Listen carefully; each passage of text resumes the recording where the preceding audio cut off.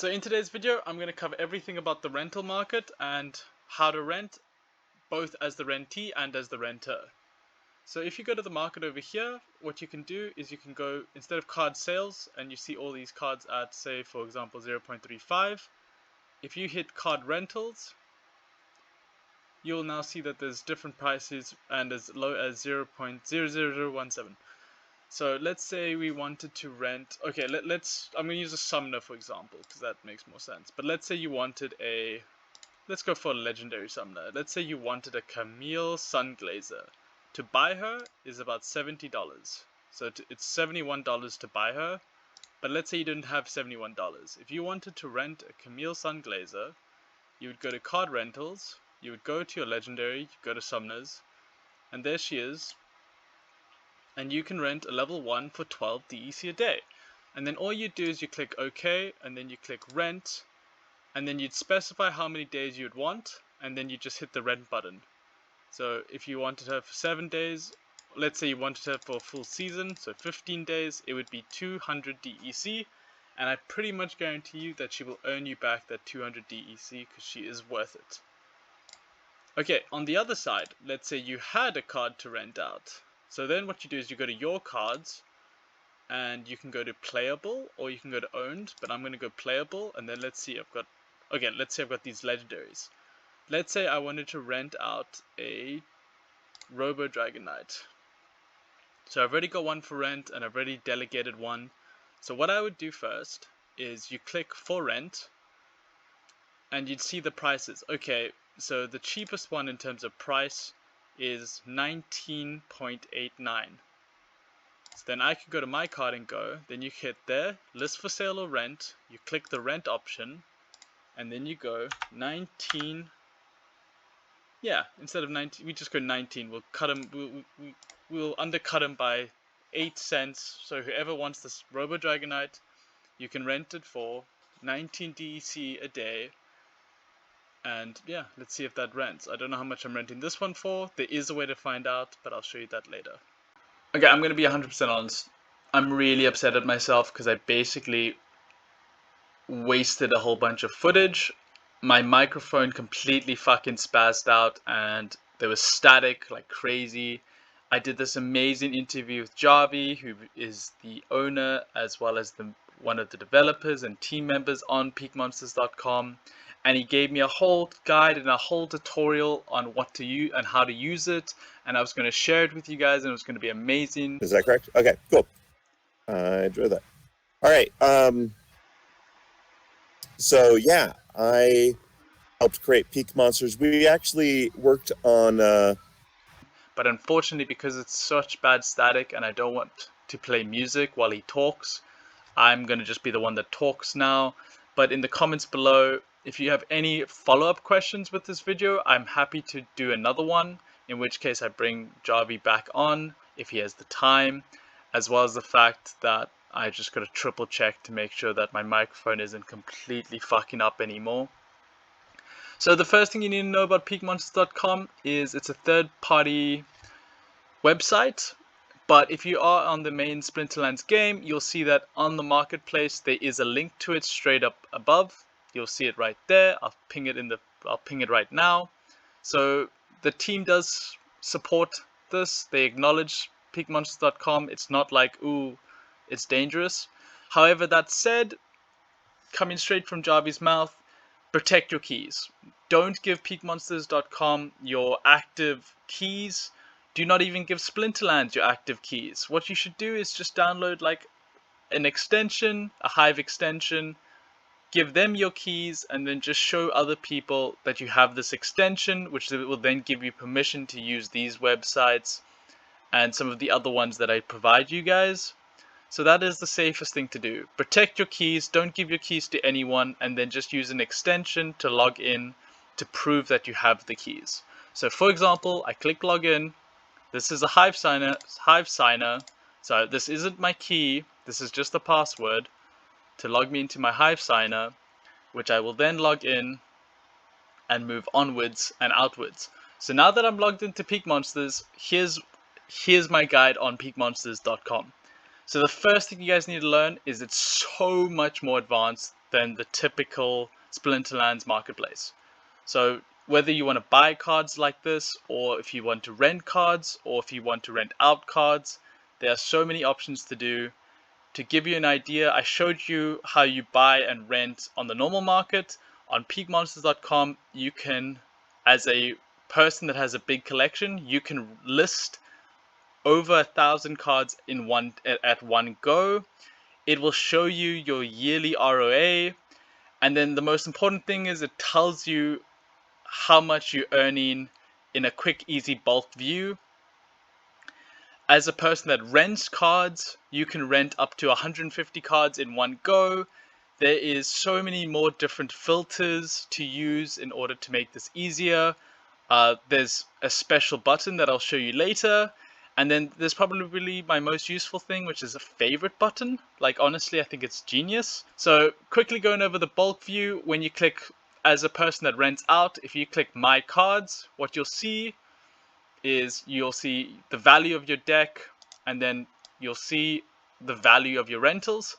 So in this case, my rentals are not performing too well. I've tried to rent out some cards and I'm trying to get about 2,000 DEC a day. However, only 1,000 has been rented out. So maybe I'm listing the other few cards at a bit too much, and that's why they're not being rented out. And that's okay. So what you do is, if you want to rent out cards, the quick and easy way is, let's say you click. Don't click. If you want to select a whole bunch, you can just click shift and then it will select them all. But in this case, we want to do, let's do some epics. So I'm going to rent out some epics. So we're going to do an air elemental and an axe master and a harpoonist. That seems cool.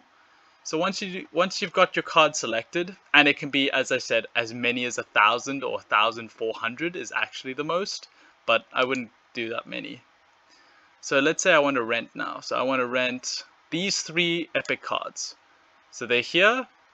First thing it does is it gives you a price discovery tool. So I can look, air elemental level 1, the cheapest one is 4.78. I could then type 4.78, or I could see, the average is actually probably about 5, because if I put it in the middle, that's what I could get it at. It will then load and do it for every single card that you want, so you can compare. But if you're a bit lazy, and you can just click this button right here, fucking amazing. You click this button, and it will automatically put in a lower price than the current lowest one, so that there's a huge high chance that your card will be rented really quickly, because it will then become the cheapest on the market. So in this case, I'm like, okay, cool. I'm happy to get, what's that? 4, 5, like 9 DEC a day. Let's rent those out. So that's the first amazing button. The second thing is, if you want to rent cards, you go to the rent option right here, and it will give you a list of so many cards. So let's say we're gonna do, we're gonna go for a silver deck. So we're gonna go so first thing you do is, I recommend you do levels, because we ain't about that life. So silver, as you know, gold, legendary is level 2s, epics are level 3, rares are level 4, and then commons are level 5. The other thing is, it will show you so many different cards that it gets a bit intimidating. So you can either go price, so you can get something like a Gremlin Blaster at level 4, and maybe you want to buy cards like this by just quickly, so you can look at the lowest price cards, or you can look at the highest price cards, and as well as the different rental options right here. So you can see, okay, cool, it is 14 DEC to rent a level 8, but we wanted a level whatever, we'll find it. Our level 4 would be right here, so we can rent it if we wanted to. But let's say we didn't want to do that. Let's say we wanted to build a specialized deck for water. So you go into water, you've still got your settings equipped, and what you should do is, the first thing you should do is, well, watch one of my guides and then be like, okay, cool, in the water guide we want something like the giant squid, so you click favorite. Or you definitely want a Crustacean King, but it doesn't have to be an alpha. You can get a beta. No, I'm wrong. Okay, cool. This is great. This is great. This is a good example. So if there's an alpha and beta, you'll only see the alpha card. There isn't like, for example, Pirate Captain. There won't be a Pirate Captain. There's only one card. So alpha and betas, there's one card. So don't get confused by that, like I just was. So they'll show you, oh, it's an alpha card, but that's the reality is, if you click on what's available to rent, sorry, you'll see that it says alpha, alpha, beta, beta. So straight away, it combines options. This is probably one of the most useful functions for a person that wants to rent ever, because you can go here and go, okay, cool, so the other thing is, you don't have to keep changing levels. You can go here and go, oh, I know I wanted a level 5 common and I would get it at 30 I would get it at 4 DEC for a level 5. If I wanted a gold one, I would need 20 DEC. But if you can even then quickly go look at a level 4 and go, oh, the difference between a level 5 and a level 4 is literally so much. It's 3 times more expensive to rent. Maybe I just need a level 4. Maybe I don't actually need that level 5. And then suddenly you're saving, what, 75% of your rental fee? Yeah, you're not getting a perfect deck, but you're getting a really good rental price. Because of how the game and the rental system works, if you were to select a whole bunch of cards, so let's say we wanted the Naga Windmaster, the Sniping Narwhal, let's say we picked a whole bunch of cards, and you can do as many as 100 cards in one go. But the reality is, if somebody else rents one of these cards before you do, when you click checkout, you will not be able to click checkout, and it won't tell you which one got rented out, so you can't remove the annoying one. So what you should do is just go quick. So just click the cards you want and then go quick. But even better if you didn't want to do this, so this tells you, oh, for 3 days, it's a daily payment of 20 DEC a day, and I get these cards, great. But let's say you didn't want to, let's say one of the coolest rental strategies I've recommended to some people is you rent for 1 day, you play from 100 to 50, you take a break the next day, and then on the second day you get back on it, or technically the third day. So you play every odd day, basically. You play on day 1, you play on day 3, you play on day 5, you play on day 8. Oh, day 7, sorry. And what you do is you then would play from 100 to 50, and then you save a day of rent each time. It might not be ideal, it might not be as fun, but you'll save money that way, I believe. So what you can do is, if you've got a whole bunch of cards that you regularly like to use, hit the star button and it will add it to your favorites.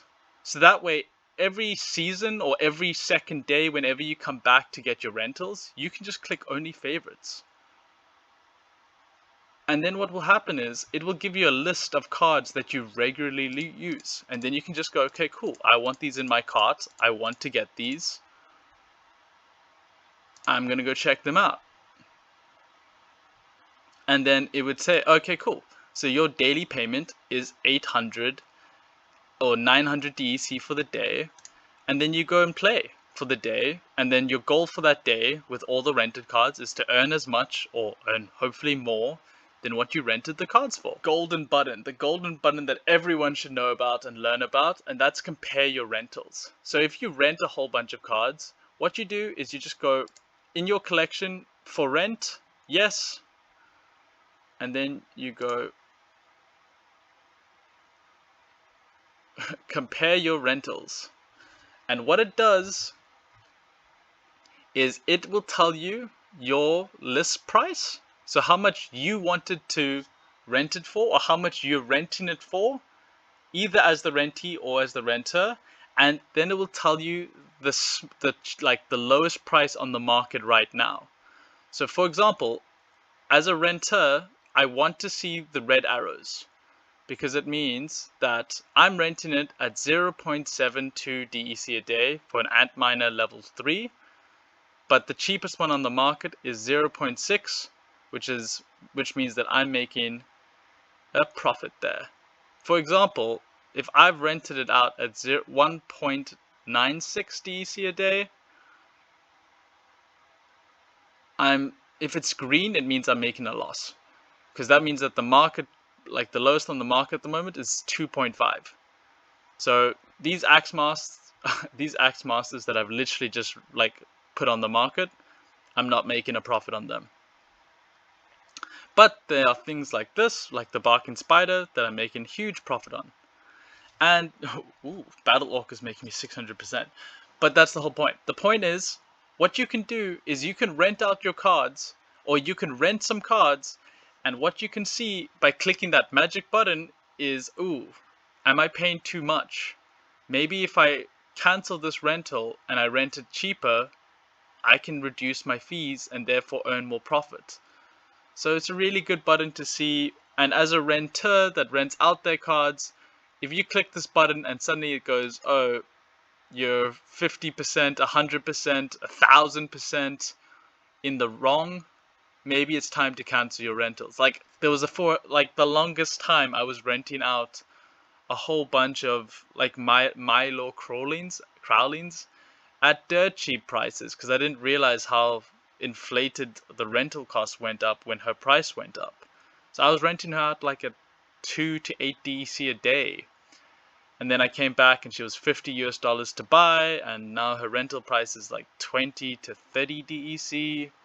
So it's a crazy time. I just cancelled a whole bunch of my Crowling rentals because I realized how bad it was for me. But yeah, that's the basic guides to Peakmonsters.com, and hopefully that should be enough to help you guys improve your rentals, and maybe you guys can discuss some rental strategies. If you got any questions for Jarvie, please comment down below.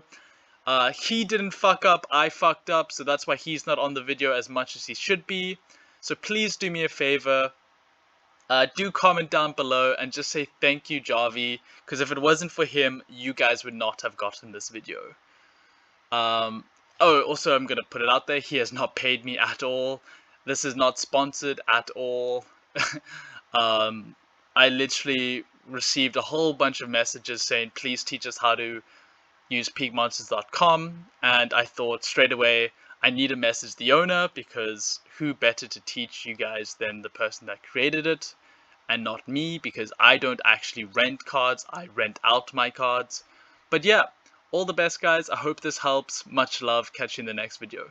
So please like and subscribe, and let me know in the comments what you want me to do next. And if you're a new player, please use the promo code and I'll happily send you the $0.5 back to you. It just lets me know that people are watching and using the promo, and I'm helping new players join the community. Also, if you find me on the Discord, just pop me a message. I'll happily delegate any of the new players some power.